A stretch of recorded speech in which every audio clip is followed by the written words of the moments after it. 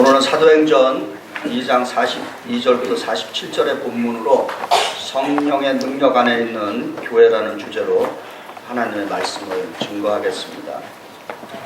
몇 해 전에 그 스티브 도나휴라고 하는 분이 사막을 건너는 6가지 방법이라고 하는 그 책을 썼습니다.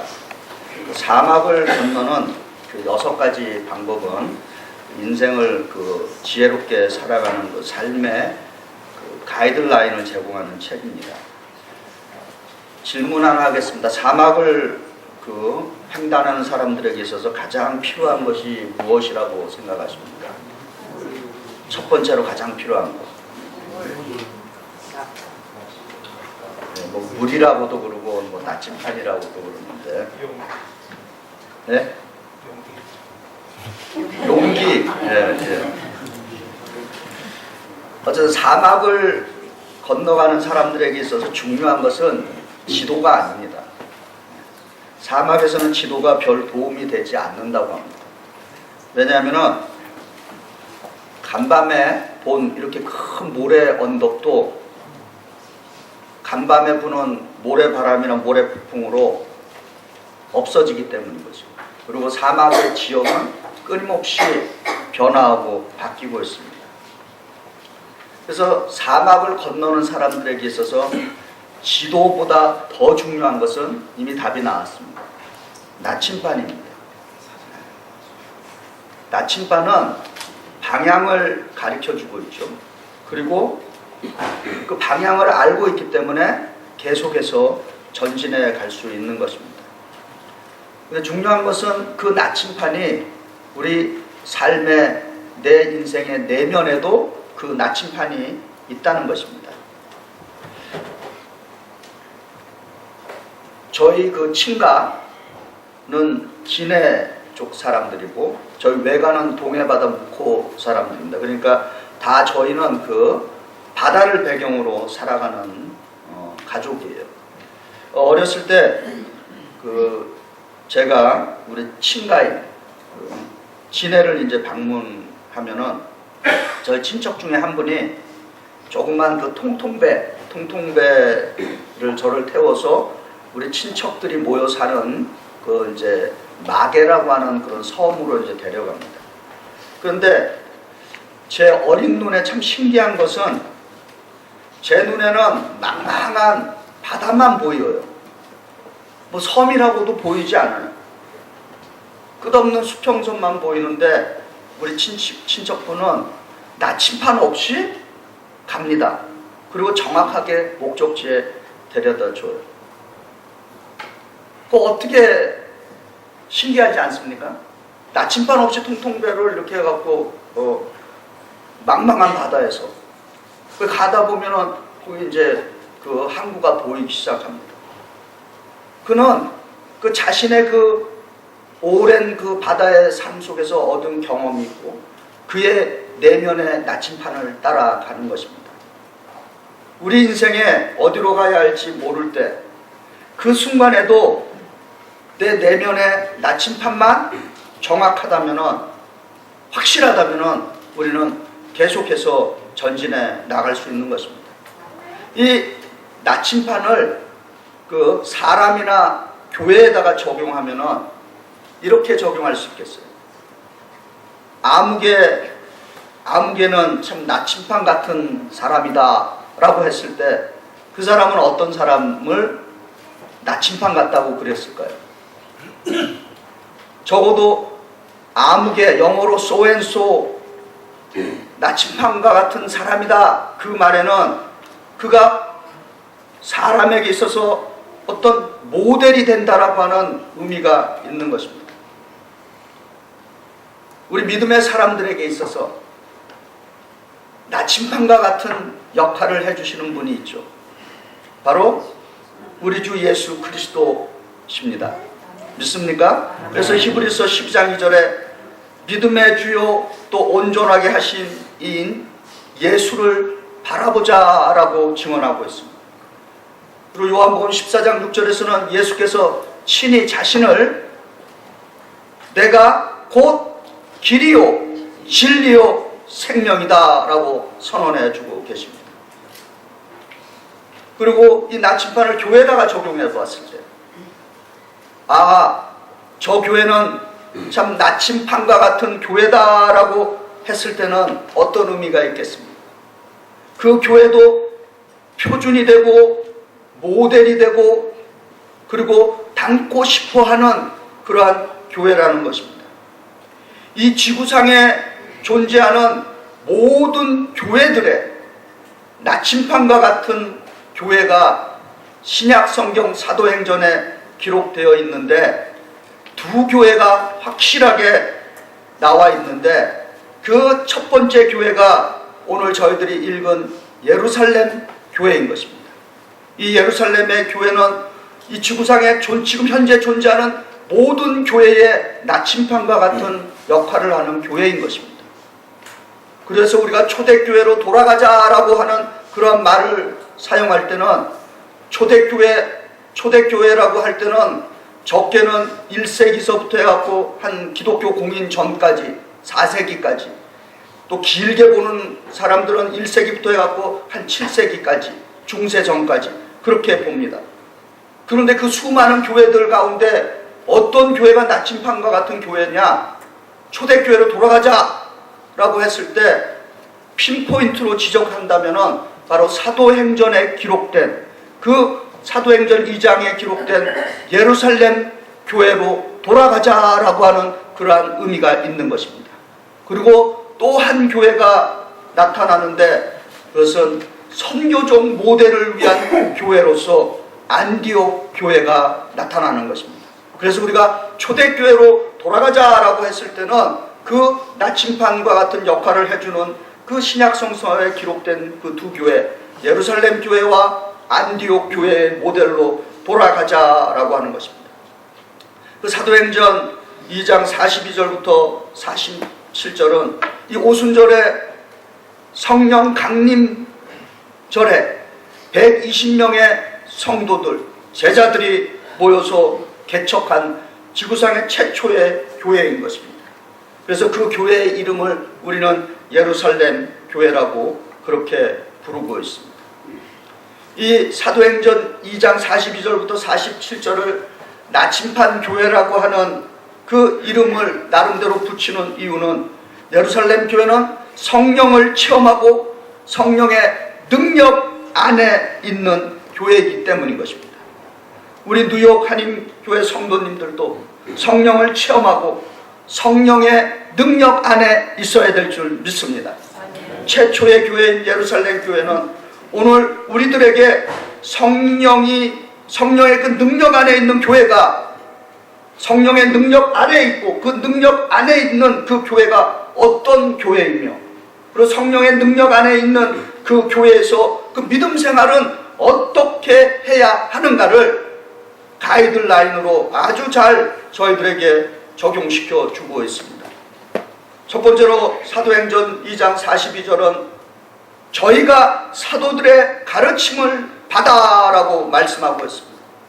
성령의 능력 안에 있는 이 예루살렘 교회는 말씀을 배우고 가르치는 공동체였습니다. 예루살렘 교회처럼 말씀을 배우고 가르치는 교회를 원어로 캐리그마 말씀 공동체라고 얘기합니다. 또한 가르치고 배우는 교회를 디다케 배우는 교회라고 그렇게 부를 수 있습니다. 저희가 사도들의 가르침을 받았다라고 하는 것은 이 사람들이 일시적으로 배웠다는 것이 아닌 것입니다. 하루 이틀 배웠다는 것도 아닌 것입니다. 꾸준히 지속적으로 하나님의 말씀을 배웠다는 것입니다. 1세기의 기독교인들이 살던 그 시대는 로마 제국의 시대였습니다. 그 당시 우리 기독교가 도시를 중심으로 해서 이제 선교를 시작했는데 대체로 로마 제국에서 기독교인의 그 비율이 로마 제국 전체를 따졌을 때 한 3% 정도의 수준이었다라고 그렇게 이야기하고 있습니다. AD 30년 오순절 그 마가의 다락방에서 120명이 시작한 이 교회가 이제 기독교 공인 될 때까지 4세기 초기까지 갔을 때 그 기독교인의 숫자는 대략 10%, 많게는 10%로 추정하고 있는데, 학자들에 의하면 그 당시 로마 제국의 그 전체 인구가 한 6천만 명으로 추정하고 있습니다. 그러니까 많게는 우리 기독교인이 10%라고 따졌을 때는 한 500만에서 600만 정도로 그 추정해 볼 수가 있는 것입니다. 근데 어떻게 해서 전체 인구의 10%, 10명 중에 1명의 기독교인이 이 로마 제국을 기독교 제국으로 바꿀 수 있었겠느냐라고 하는 것입니다. 우리가 잘 알다시피 초대교회 교인들은 엄청난 박해를 받았어요. 그래서 이 초대교회에서는 교인이 된다라고 하는 의미는 오늘 우리가 생각하는 그 의미와는 많이 차이가 있는 것입니다. 오늘날 교인이 된다라고 하는 의미는 그렇게 복잡하지가 않습니다. 그렇죠? 교인이 된다라고 교인이 오면은 뭐 합니까? 먼저 등록합니다. 그리고 뭐 길어야 한 몇 주간의 새신자반 하고는 이제 그 교인으로 이렇게 받아들입니다. 근데 1세기 기독교는 그렇게 하지 않았어요. 그들은 한 몇 년간에 걸쳐서 성령의 체험과 더불어서 말씀 훈련을 받은 사람들인 것입니다. 그래서 그들은 그 배운 말씀대로 그 로마 제국에 나가서 살아갔던 것입니다. 그래서 그 로마 제국의 황제에게 예배하라 그랬을 때 그들은 그 말씀에 비추어서 그것은 우상 숭배라고 배웠기 때문에 그들은 절하지 않은 것입니다. 그리고 예수를 부인하라고 했을 때도 그들은 공공연하게 예수는 구세주라고 하는 것을 고백했기 때문인 것입니다. 그래서 우리 기독교를 다른 말로는 고백의 종교라고 말하는 것입니다.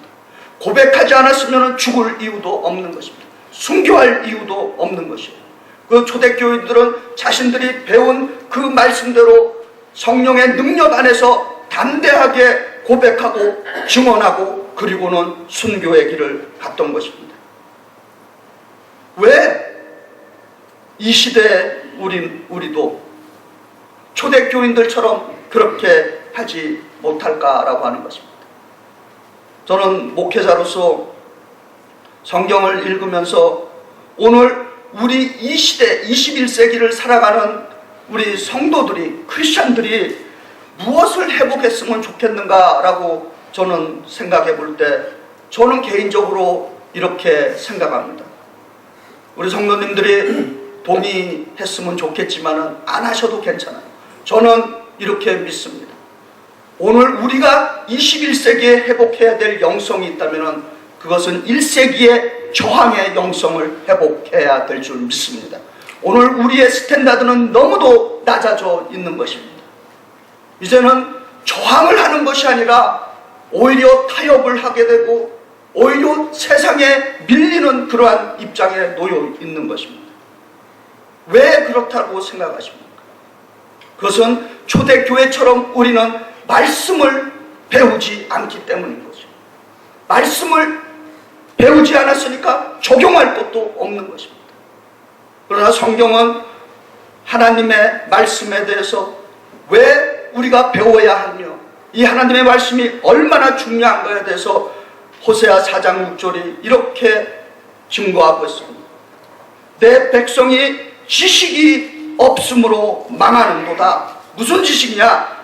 내가 지식을 버렸으니 나도 너를 버려 내 제사장이 되지 못하게 할 것이요 내가 내 하나님의 율법을 잊었으니 나도 내 자녀들을 잊어버리리라. 하나님을 모른다는 것입니다. 하나님의 계명이 무엇인지 모르기 때문에 하나님에 관한 지식이 없다는 것입니다. 믿음의 지식이 없으면 우리는 하나님을 알 수가 없고 하나님께서 원하시는 그 목적을 수행할 수가 없는 것입니다. 우리 적어도 예배를 드리는 우리 뉴욕 한인교회 성도님들만이라도 말씀을 배우시는데 힘쓰시길 바랍니다. 그리고 말씀을 함께 나누는데 힘쓰시길 바랍니다. 그리고 다 말씀대로 못 산다 할지라도 그 한 구절의 말씀만이라도 붙들고 살아갈 수 있는 좀 저항 있는 신앙인들이 됐으면 고맙겠습니다. 두 번째로 사도행전 2장 42절에 또 이렇게 말합니다. 서로 교제하며 떡을 뗐다. 성령의 능력 안에 있는 예루살렘 교회는 예수 그리스도의 이름으로 사귀는 친교의 공동체였습니다. 서로 교제하며 라고 하는 것을 영어로 펠로십이라고 부릅니다. 그리고 이 펠로십을 원어로 교제, 사귐을 코이노니아라고 그럽니다. 코이노니아 잘 외워지지 않으시는 분들은 제가 가끔 말씀드리죠. 코이니나노 하면은 외워집니다. 코이노니아가 안 외워지시는 분들은 코이니나노 하면은 이해가 되실 거예요. 그런데 코이니나노 해갖고 그게 코이노니아로 가야 되는데 코이노니아는 잃어버리고 코이니나노만 기억하니까 그게 문제인 거예요. 초대교인들은 그들의 교제 방법은 떡을 떼고 기쁨과 순전한 마음으로 음식을 먹는 것이었습니다. 그 에베소서 2장 19절은 이렇게 증언합니다. 그러므로 이제부터 너희가 외인도 아니요 손님도 아니요 오직 성도들과 동일한 시민이요 하나님의 권속이라 라고 말씀하고 있습니다. 여기서 하나님의 권속이라고 하는 것은 하나님의 가족이라고 하는 뜻인 것입니다. 우리 각자는 하나님의 가족의 일원인 줄 믿으시기 바랍니다. 가족과 같다가 아니라 하나님의 가족의 일원이라고 그랬어요. 그래서 교회에 오면은 여자 성도를 뭐라고 부릅니까? 자매라고 부르는 것이에요. 남자를 보면 뭐예요? 형제라고 부르는 것입니다. 그것이 가족이기 때문인 것이에요. 그리고 또 가족이라면은 가족의 가장 중요한 것 중에 함께 하는 것이 있어요. 뭡니까? 가족은 밥을 같이 먹는 관계인 것이에요. 그래서 예수님의 그 사역 기간 동안에 그 바리새인들, 예수님과 적대적인 관계를 가졌던 바리새인들은 예수님에 대해서 누가복음 7장 34절에 이렇게 증언합니다. 인자는 먹고 마심에 너희 바리새인들이 말하기를 먹기를 탐하고 포도주를 즐기는 사람이요 세리와 죄인의 친구로다 이렇게 증언하고 있습니다. 그들의 예수를 적대했던 사람들의 눈에는 예수님은 음식을 탐하는 식탐이 있는 인물로 비춰졌습니다. 실제로 예수님이 계시는 곳에 그 복음서를 읽어보면 예수님이 가는 곳, 예수님이 계신 곳에는 항상 뭐가 있는 줄 아십니까? 먹을 거리가 있었어요. 음식이 없으면 예수님께서는 도시락 하나라도 받아서 축사하시고 5,000명을 먹이시는 그런 기적도 행해 주셨습니다. 성경이 말하는 이 식탁의 의미는 뭐 산의 진미가 있는 그러한 음식을 얘기하는 것이 아니라 평범한 식사, 검소한 식탁을 얘기하는 것입니다. 그리고 이 예루살렘 교회의 가장 큰 특징은 자신들 각자에게 무슨 일이 생길지 생각하지 않고 교회에 그 자기들의 전 재산을 다 바치는 일을 하고 교인들 모두가 함께 공유했다는 것입니다. 그래서 우리가 잘 아는 대로 이 사도행전 2장 45절에 또 재산과 소유를 팔아 각 사람의 필요를 따라 나누어 줬다라고 하는 이 말씀을 갖고 칼 막스가 그 공산주의 이론에 영감을 얻었다라고 하는 그러한 썰이 있는 것입니다. 그러나 칼 막스가 오해한 것이 있어요. 그는 무슨 시스템을 만들고 구조를 바꾸면은 이런 일이 가능할 줄 알았습니다. 그러나 여기에 칼 막스가 오해한 것은 무엇입니까? 이 공동체는 어떤 시스템에 의한 것이 아니라 성령의 능력에 의해서, 성령 안에 의해서 자발적인 공동체로 이루어져 있다라고 하는 것입니다. 저는 이 초대교회의 믿음 생활이 오늘 우리들에게 주는 교훈이 있다고 봅니다.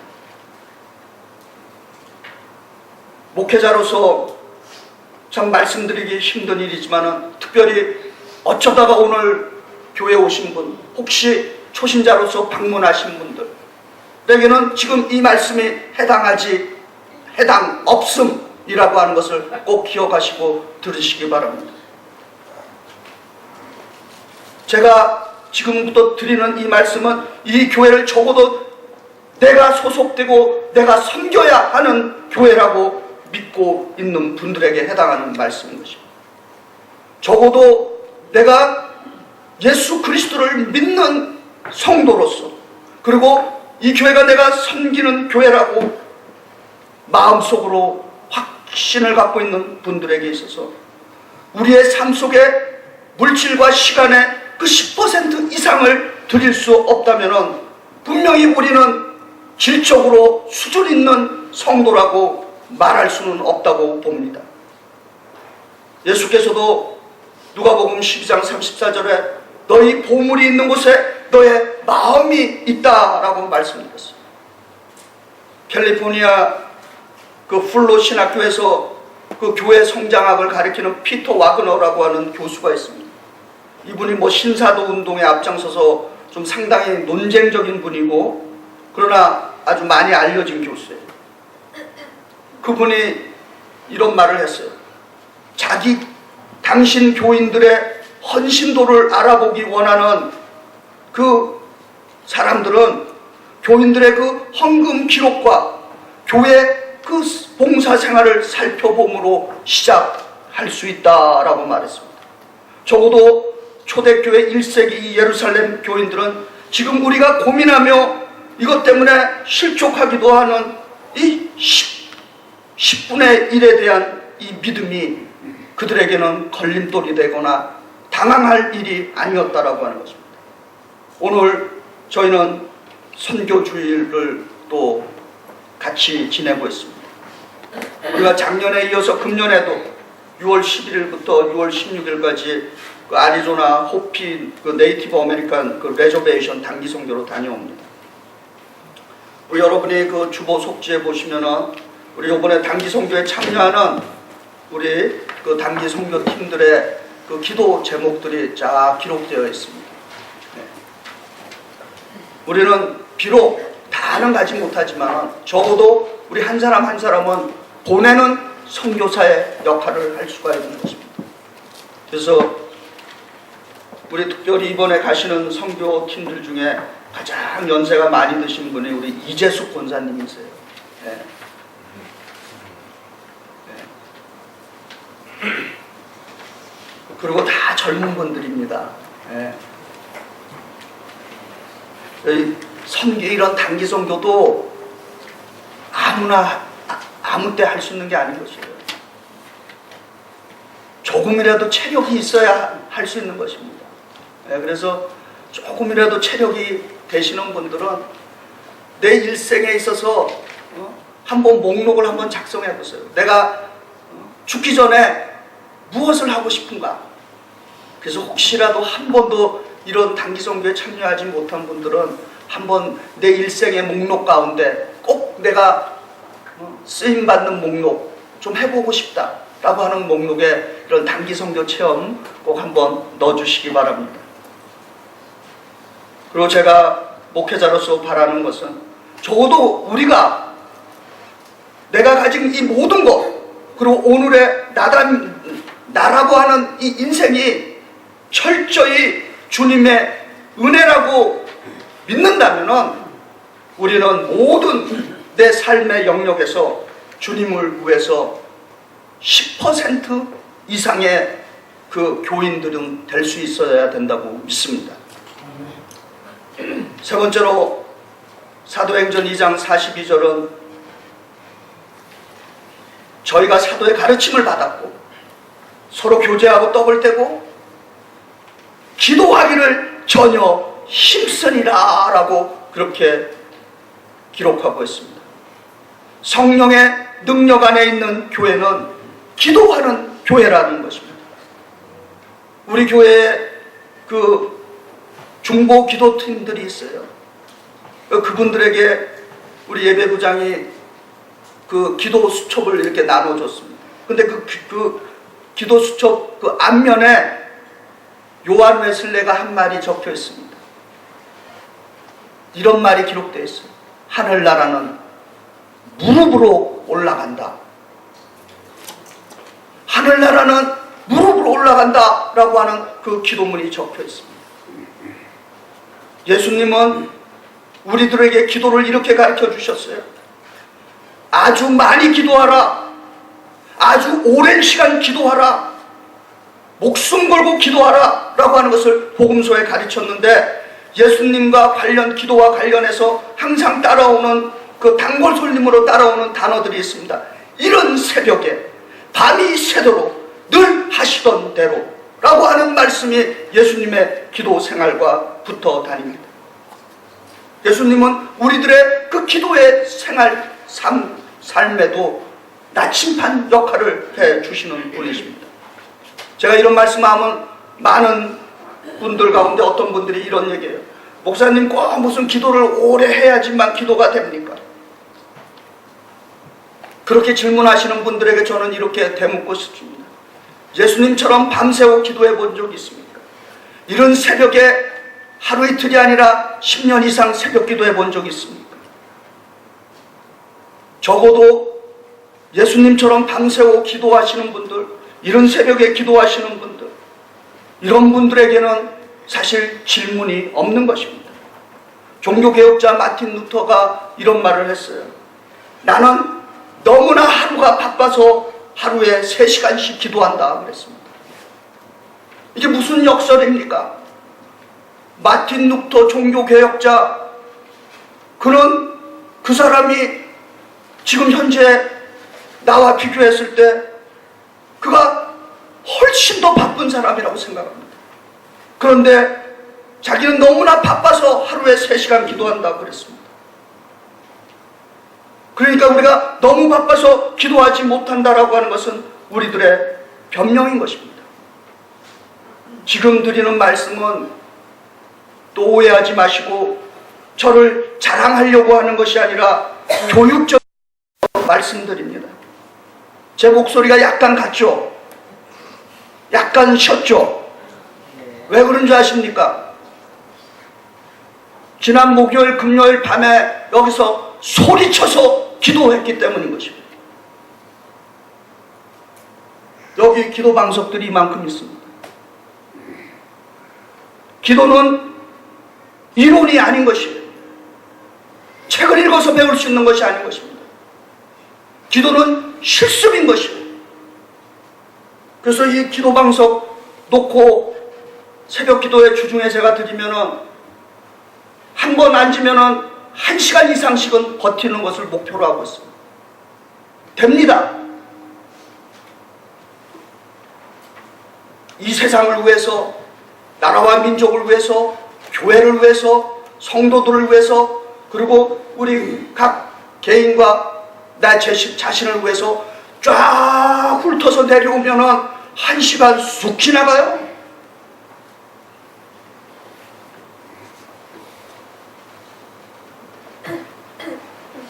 왜 우리가 기도합니까? 하나님께서 살아계셔서 그 살아계신 하나님이 내 기도, 우리의 기도를 지금 듣고 그리고 그 기도에 응답해 주신다라고 하는 기도 응답의 확신이 있기 때문에 우리는 매일 기도하는 줄 믿습니다. 돌아가신 하나님, 죽은 하나님, 기도를 듣지 못하는 하나님께는 기도할 이유가 없는 것입니다.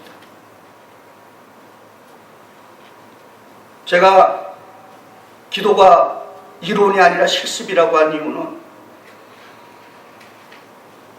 기도를 다른 데서 배울 필요 없습니다. 성경을 읽어보면 수많은 영성의 인물들이 기도하는 모습들이 많이 나와 있어요. 모세가 손을 들고 기도했다.